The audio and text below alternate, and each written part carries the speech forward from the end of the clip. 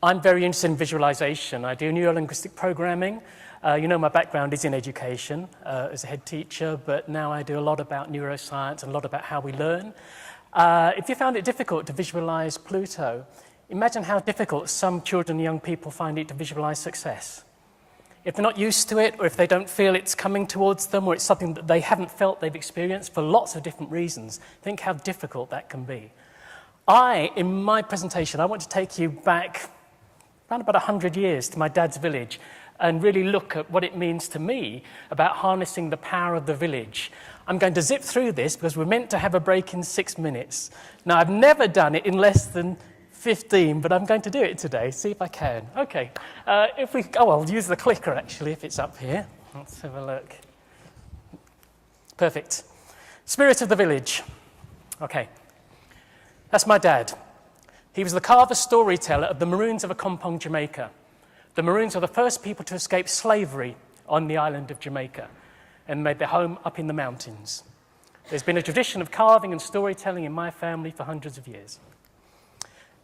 There's the Cockpit Mountains in Jamaica, and that's where my dad's village was.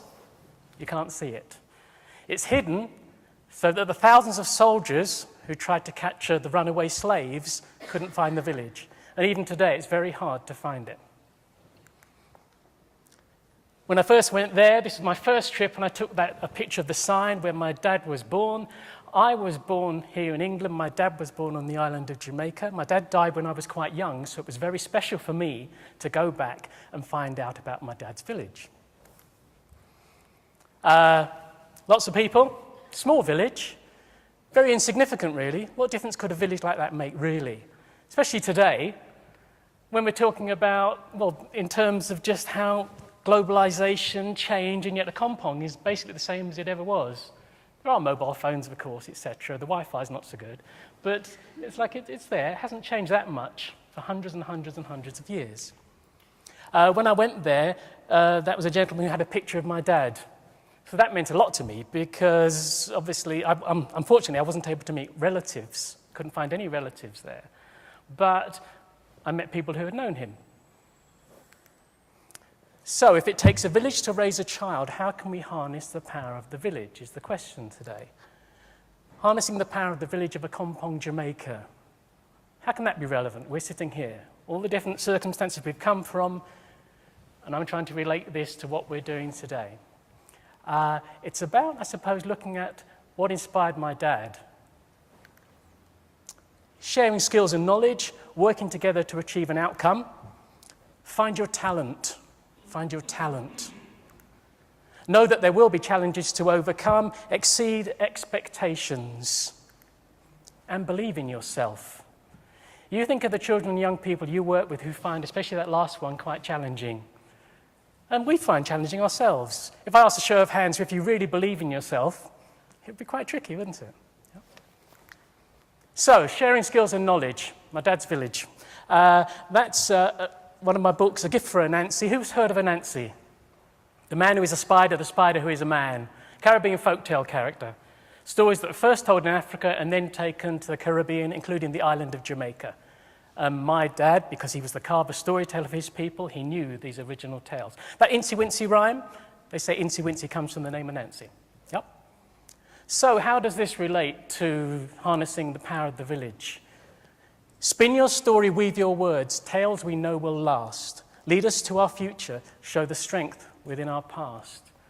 So those traditions, my dad's grandfather, his family, relations would be part of that village that would relate these stories, giving him a pride and a passion for his background, the Maroons of Jamaica.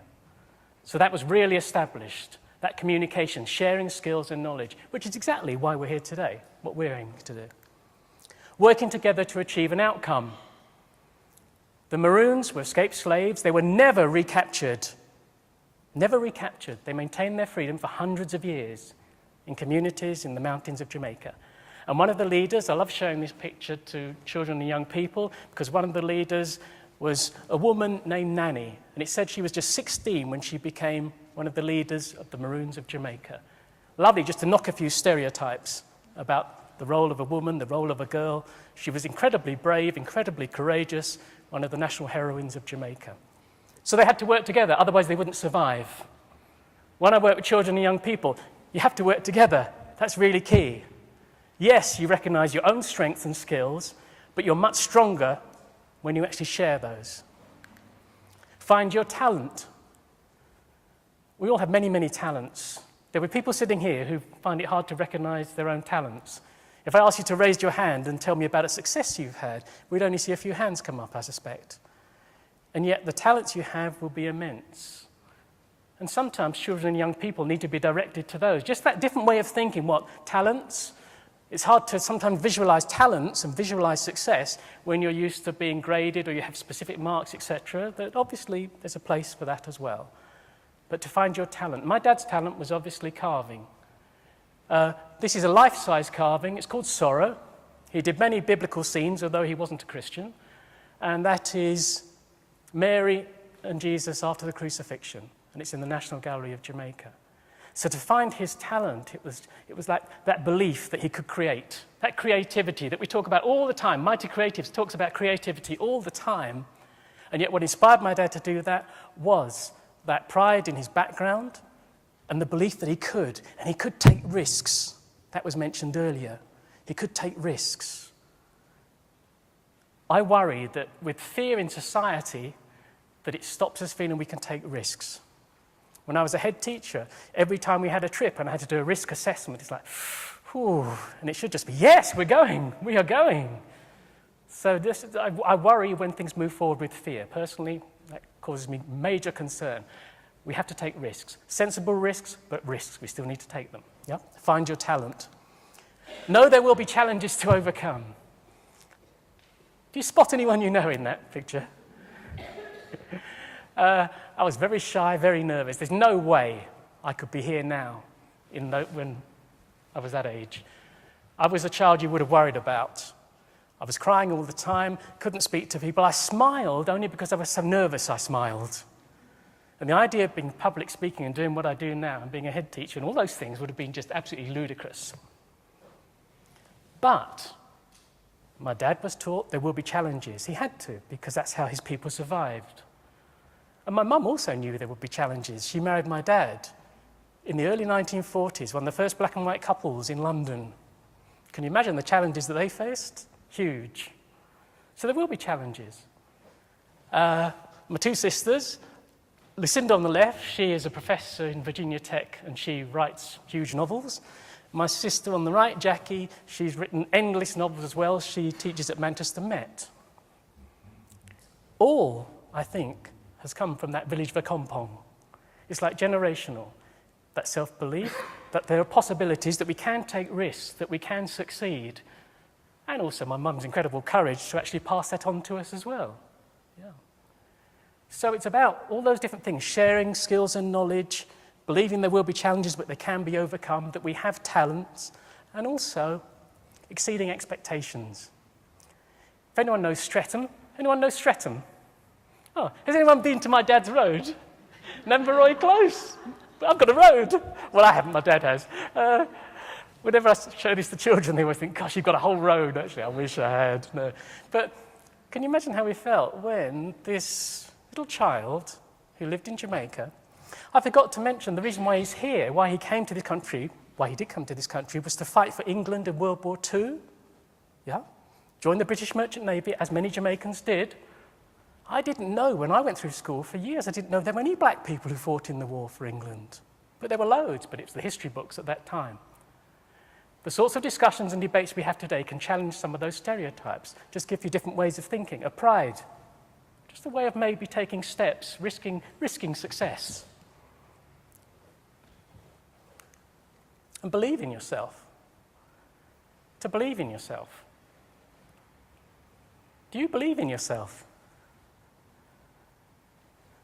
It's a hard one, isn't it? Do you believe in yourself? And yet, isn't that something that we want to make every child, every young person do? To believe in themselves? That's why you're here. This is hard. I mean, you've got other things you could be doing today, all of you. Many, many other things, but you've chosen to come today because you know that it can make a difference. And just that chance to share insights and skills, and you've taken the time to do that. And that's because you want children to be able to believe in themselves. One way of thinking about the village model in the way that I use it is about the voice inside their head. What's their inner voice saying with regard to possibilities? So a lot of my work is around success in schools. So a major part of my work is sharing specific strategies to help children see success, to overcome challenges, to have that mindset that, yes, there are possibilities. I also do a lot of work with adults. And that's in all sorts of areas around the country, all sorts of groups, just in terms of how we can maybe overcome some of the challenges that we have.